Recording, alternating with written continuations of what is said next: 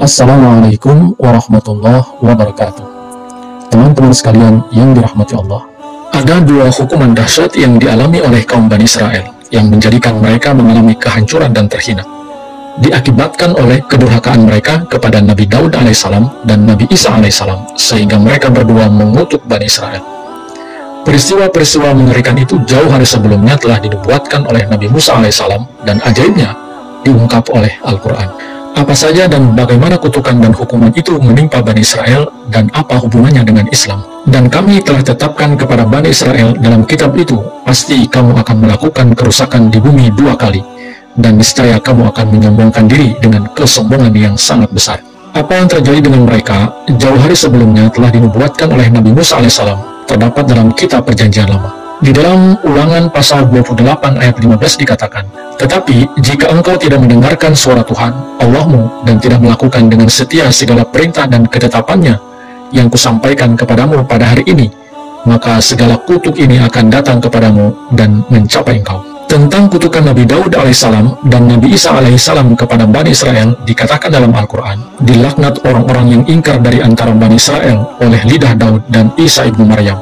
Hal demikian itu disebabkan mereka durhaka dan melampaui batas." Surah Al-Maidah ayat 78. Dari antara semua Nabi Bani Israel, Nabi Daud alaihissalam dan Nabi Isa alaihissalam tergolong paling menderita oleh ulah umatnya sendiri, yaitu umat Yahudi. Penderitaan dan kesusahan yang dialami oleh Nabi Daud dari kaum yang tak mengenal terima kasih itu tercermin di dalam mazmurnya yang sangat menyayat hati. Dari lubuk hati yang penuh kepedihan, Nabi Daud alaihissalam mengutuk mereka. Kemudian mereka menganiaya Nabi Isa alaihissalam yang mengalami puncaknya ketika mereka berusaha membunuh Nabi Isa dengan cara disalib. Karenanya mereka telah 2 kali dikutuk oleh Nabi Daud alaihissalam dan Nabi Isa alaihissalam, dan sebagai akibatnya mereka 2 kali diazab Allah. Azab yang pertama menimpa Bani Israel sesudah Nabi Daud, dan yang kedua sesudah Nabi Isa. Azab pertama yang menimpa Bani Israel. Tentang hal ini dikatakan dalam Al-Quran, "Maka apabila datang janji pertama dari kedua itu, kami bangkitkan untuk menghadapimu hamba-hamba kami yang mempunyai kekuatan tempur yang dahsyat. Maka mereka menerobos jauh ke dalam rumah-rumah, dan itu suatu janji yang pasti akan terjadi." Surah Bani Israel ayat ke-5. Sesudah Nabi Musa alaihissalam, umat Yahudi menjelma menjadi suatu bangsa yang kuat di masa Nabi Daud alaihissalam sebagai raja mereka, dan diteruskan oleh putranya yaitu Nabi Sulaiman. Bani Israel mengalami masa kejayaan. Kemudian secara bertahap mereka mengalami kemunduran dan kejatuhan akibat kelalaian dan kedurhakaan mereka kepada Allah Ta'ala. Sekitar tahun 733 sebelum Masehi, Samaria ditaklukkan oleh bangsa Assyria yang mencaplok seluruh daerah Israel di sebelah utara Yezreel. Kemudian pada tahun 608 sebelum Masehi, Palestina diserang oleh laskar kerajaan Mesir. Tetapi hilangnya kekuasaan duniawi mereka serta kehancuran dan ketelantaran mereka tidak mendorong mereka untuk bertobat, memperbaiki keimanan dan ketakwaan mereka. Mereka dengan gigih bertahan pada cara-cara buruk mereka yang lama. Nabi Yeremia alaihissalam memperingatkan mereka supaya meninggalkan cara-cara buruk mereka, sebab kemurkaan Allah tidak lama lagi akan menimpa mereka. Tetapi mereka sama sekali tidak menghiraukan peringatan Nabi Yeremia alaihissalam itu. Akhirnya, kutukan Nabi Daud alaihissalam mengakibatkan kaum Bani Israel diazab dengan sangat keras. Di masa Raja Yehoyakim, Raja Nebukadnezar dari Babilonia menyerbu Palestina dan membawa perkakas Bait Allah. Selanjutnya, pada tahun 597 sebelum Masehi, kota itu dikepung dan penduduknya mengalami kelaparan yang sangat hebat. Tetapi pemberontakan Raja Zedekiah membawa akibat adanya serbuan kedua oleh Nebukadnezar pada tahun 587 sebelum Masehi. Sesudah masa pengepungan yang berlangsung 1,5 tahun, kota itu ditaklukkan dengan sangat cepat laksana halilintar. Putra-putra Raja Zedekiah dibunuh, matanya sendiri dicungkil. Dalam keadaan diborgol, dia dibawa ke Babil. Bait suci, istana raja, serta semua bangunan besar di kota Yerusalem di bumi hanguskan. Para imam besar dan para pemimpin mereka dibunuh, dan sejumlah besar rakyat ditawan dan dibawa ke Babil. Kemudian, selama masa pembuangan yang sangat lama, kaum Bani Israel secara perlahan kembali bangkit. Dikatakan dalam Al-Quran, "Kemudian kami kembalikan kepadamu kekuatan untuk mengalahkan mereka, dan kami bantu kamu dengan harta dan anak-anak, dan kami jadikan kamu kelompok yang lebih besar." Surah Bani Israel ayat 6. Selama masa pembuangan yang sangat lama itu, mereka lambat laun berhasil menyesuaikan diri mereka dengan keadaan baru di masa pembuangan itu. Kebanyakan di antara mereka telah dipekerjakan pada pekerjaan umum di Babil Tengah, dan banyak dari mereka pada akhirnya memperoleh kemerdekaan dan mencapai kedudukan yang berpengaruh. Keyakinan dan pengabdian mereka kepada agama telah bangkit kembali. Kepustakaan kerajaan dipelajari, diterbitkan kembali, dan disesuaikan dengan keperluan kaum yang sedang hidup kembali itu. serta harapan untuk mereka kembali ke Palestina telah dikobarkan. Dan kira-kira pada tahun 545 sebelum Masehi, umat Yahudi membuat perjanjian rahasia dengan Cyrus, Raja Media dan Persia. Mereka membantunya menaklukkan Babilonia.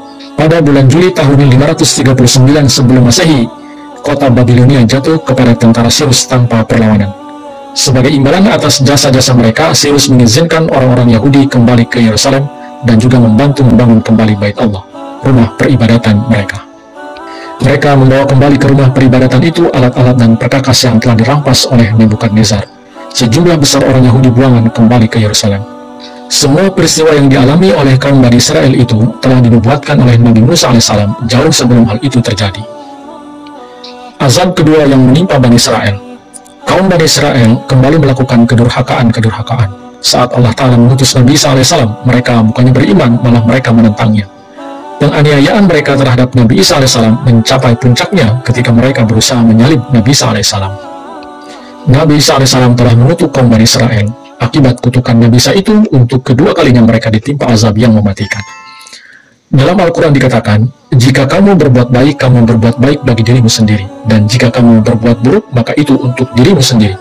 Maka bila datang janji kedua itu, supaya mereka mendatangkan kesusahan kepada pemimpin-pemimpin terhormat kamu, dan supaya mereka memasuki masjid seperti pernah mereka memasukinya pada kali pertama, dan supaya mereka menghancur luluhkan segala yang telah mereka kuasai. Surah Bani Israel ayat 7.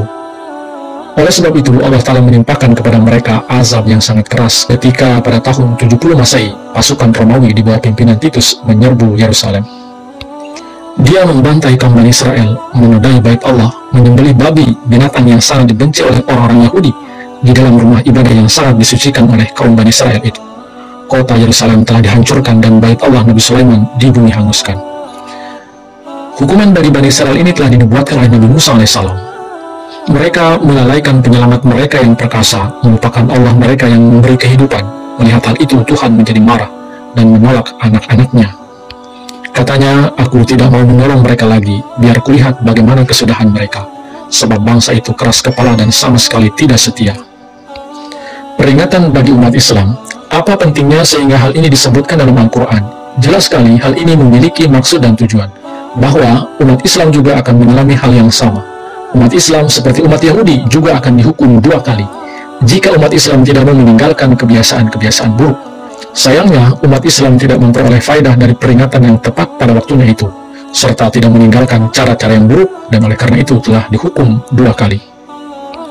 Hukuman pertama menimpa umat Islam, yaitu terjadi pada tahun 1258 Masehi, ketika kota Baghdad, ibu kota kekhalifahan Abbasiyah, pusat peradaban Islam di masa itu, diinvasi dan dihancurkan oleh pasukan Ilkhanat Mongol di bawah pimpinan Hulagu Khan. Kota Baghdad mengalami kehancuran total. 1 minggu lamanya terjadi pembantaian dan penghancuran kota. Mereka yang berusaha kabur ditangkap dan dibantai. Perkiraan jumlah penduduk yang dibantai sebanyak 100.000 sampai 1 juta orang. Kota itu dihancurkan dan dibakar. Baitul Hikmah, perpustakaan agung Baghdad yang menyimpan banyak sekali dokumen sejarah dan buku yang sangat berharga dalam berbagai bidang ilmu, dihancurkan. Air sungai Tigris menjadi hitam akibat tinta dari banyak sekali buku yang dibuang ke sungai, dan juga menjadi merah akibat darah dari para ilmuwan, filosof, dan umat Islam yang dibunuh di sana.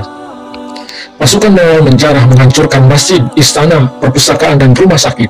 Bangunan-bangunan besar yang merupakan hasil karya beberapa generasi dibakar sampai habis.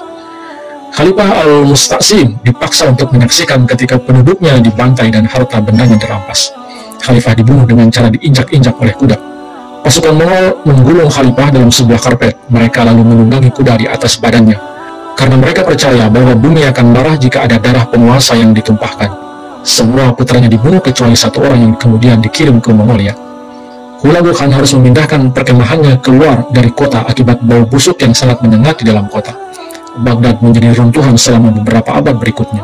Peristiwa ini banyak disebut sebagai akhir zaman kejayaan Islam. Semua ini terjadi karena kesalahan umat Islam sendiri yang melakukan kedurhakaan dan kelalaian serta cinta dunia. Dalam malapetaka yang mengerikan itu, akhirnya Islam keluar sebagai pemenang. Mereka yang menaklukkan menjadi yang ditaklukkan. Cucu Hulagu Khan bersama sejumlah besar orang Mongol dan Tartar memeluk agama Islam. Secara perlahan Islam pulih meskipun tidak pernah kembali seperti semula. Hukuman kedua telah ditakdirkan menimpa umat Islam di akhir zaman ini. Rasulullah SAW pernah bersabda bahwa masa terbaik Islam adalah 3 abad pertama. Khairun nasi qarni tsummal ladzina yalunahum tsummal ladzina yalunahum. Sebaik-baik manusia ialah pada generasiku, kemudian generasi berikutnya, kemudian generasi berikutnya. Hadis riwayat Bukhari. Akibat kelalaian dan kedurhakaan, selama 1000 tahun berikutnya, Islam secara bertahap mengalami kemunduran, dan Islam akan meraih kemenangan dan kejayaan kembali melalui Imam Mahdi. Wallahu a'lam bishawab. Wa akhiru da'wana anil hamdulillahi rabbil alamin. Wassalamualaikum warahmatullahi wabarakatuh.